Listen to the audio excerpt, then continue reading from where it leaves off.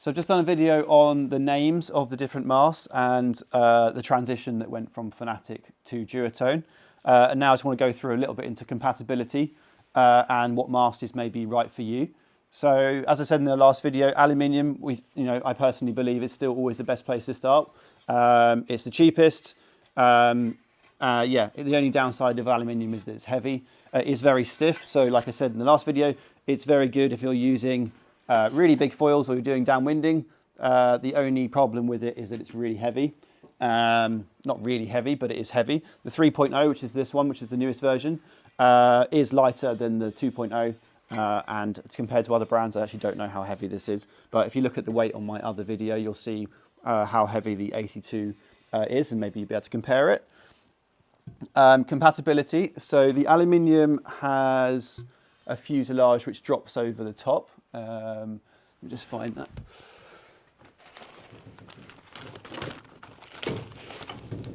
So the aluminium has a fuselage like this. This is a windsurfing one. This is a 90, and it drops right over the top on the outside. So it is quite different to the carbon. So that's the aluminium. Drops over the top. It's nice and strong. Obviously, this has got a 2-bolt system, but it's nice and stiff. But what's interesting about the Fanatic and Duotone range now is the front is actually cross-compatible on the carbon. So say you just bought your first wing package and you bought the aluminium because obviously you're trying to save on money. You okay? Okay. You're trying to save on money. And then you can basically keep your foils. So say I haven't got one here, but the Aero 3, which is our most popular starting foil, or the high aspect. You can then buy the carbon mast, which is this one, which is called the SLS, which then has a 3-bolt system. So the fuselages aren't compatible, but this has the 3-bolt system, which is why it's called the 3BS. But the front on these two is the same. So this is an old carve, but say it was the Aero 3, will fit on the your new carbon setup and go from your aluminium onto your new carbon setup, which is really good. So it means that the foils that you buy when you're starting out are compatible if you upgrade your foil in the future. So say maybe when you're learning, which we always recommend is you go for a shorter mast, so go for a 75 centimetre mast when you're learning, just because it reduces the range that you basically get more used to where the foil is. If you go too long, it's kind of cheating in my eyes. You'll never breach and you'll never learn where the foil is. Also, it's really important that you know where the foil is in the water in terms of you start to understand the depth of your foil, because when you start going into waves, which is what I'm really finding at the moment, is the length of the mast and how high you are, your pitch is really important to generate and to get the speed out of the wave. If your mast is really, really long, your foil will be really, really low and it will miss the power of the wave, because when the wave is breaking, the power is actually, at the top of the wave. If you're below it, you're just going to you're not going to get the speed from the wave and you're going to find it hard to generate glide, which is something that I'm finding at the moment because I've been using a 90 recently because I sold my other mast. So I'm actually going to go back to my 82. I kind of wanted to have one mast that fits all, but I'm learning that it doesn't really work. You need really big waves for a 90 to actually be the right size. I'm actually losing quite a lot of power from the waves recently because I'm riding at the same height, but my foil is really low because I've got a longer mast and I'm losing a lot of the speed and the power out of the waves. So I think 82 is definitely our best seller and is the most popular, but I know a lot of people are going for 90s, but I think it's actually a little bit overkill. For free ride and doing a slalom or course racing, I think a longer mast is good because you can rake over. You've also got a lot more distance before you potentially crash. So it definitely gives you more room for error. But yeah, 82 I think is right. And then continuing on the compatibility. So yeah, the SLS or the standard carbon from Fanatic, they have the same top. I hope you can see that. So the 3BS system at the top. So they are cross-compatible. So if you've got the original carbon fuselage or you have gone for the new Duotone because they've gone to aluminium now, the 3BS works on both. And then like I was saying, the foils all fit the same system. So that will fit on that fuselage, but also fit on the aluminium, which is great.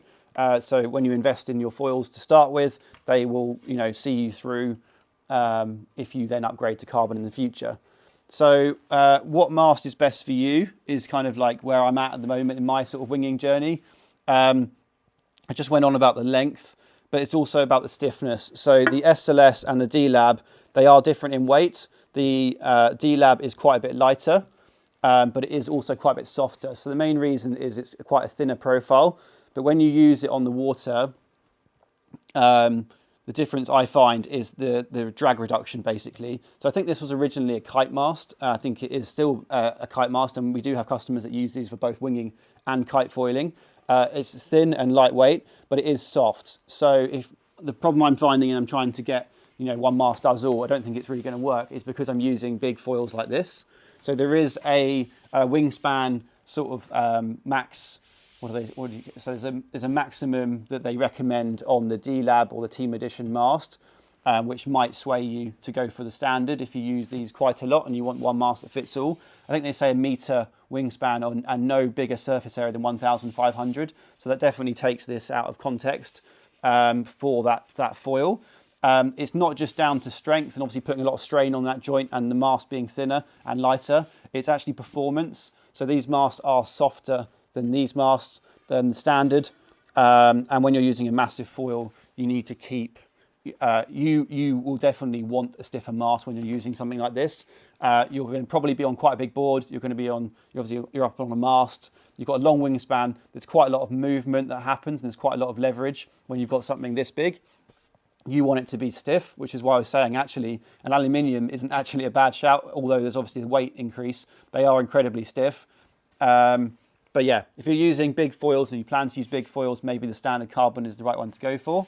But yeah, where I'm getting at the moment is I'm probably going to have, because I really like the D-Lab and I really like the old Collab.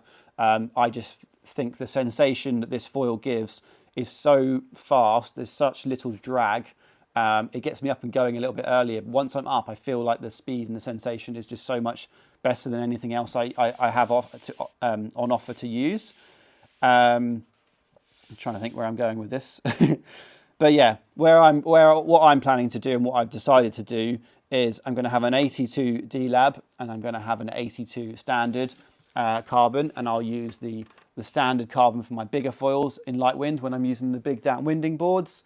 And then also for pump foiling, and if I'm doing any sup foiling, because obviously it's the stiffness that I really need. And then when I'm winging and I want speed and I want to jump and I want to ride waves fast and carve, I'll use the D-Lab. And then it is just down to length of mast. I've got a little bit of an issue if I go out in really, really big waves, but it's very rare that we get anything over sort of shoulder high here. So maybe I'll keep a second hand 90, which is obviously a luxury for me, but for some people that's the only consideration. Is like, I think it's quite important you have the right mast length. Sorry, video cut out because I raised my hand for too long.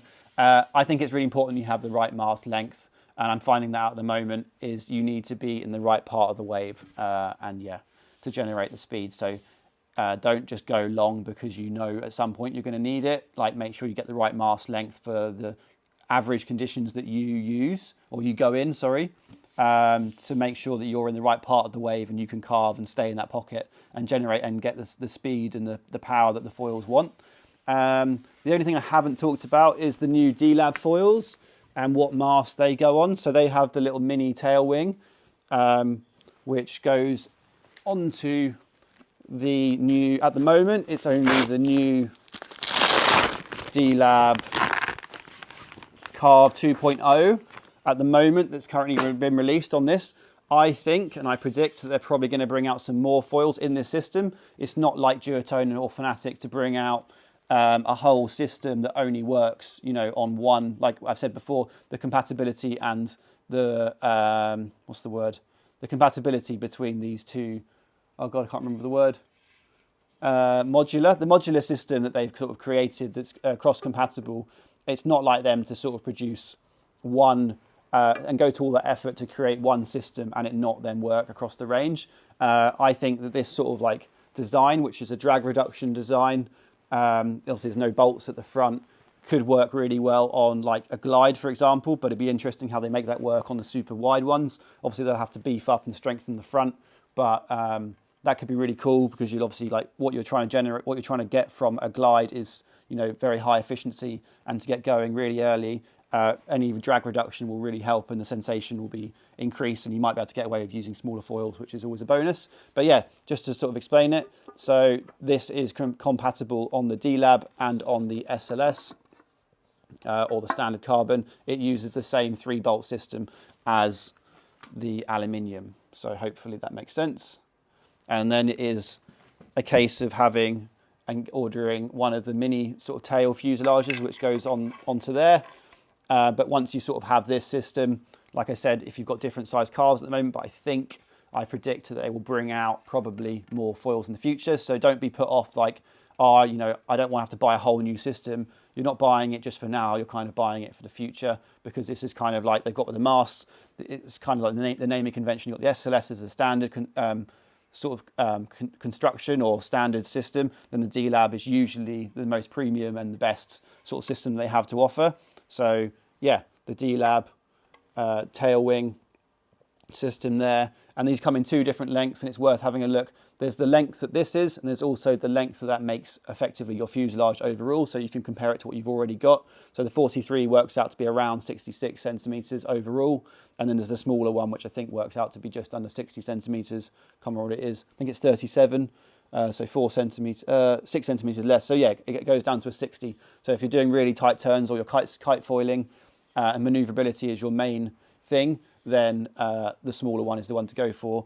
But if you're doing maybe, riding, you're doing a bit more free ride sort of stuff, and most people are going for the longer one, is what I'm trying to say.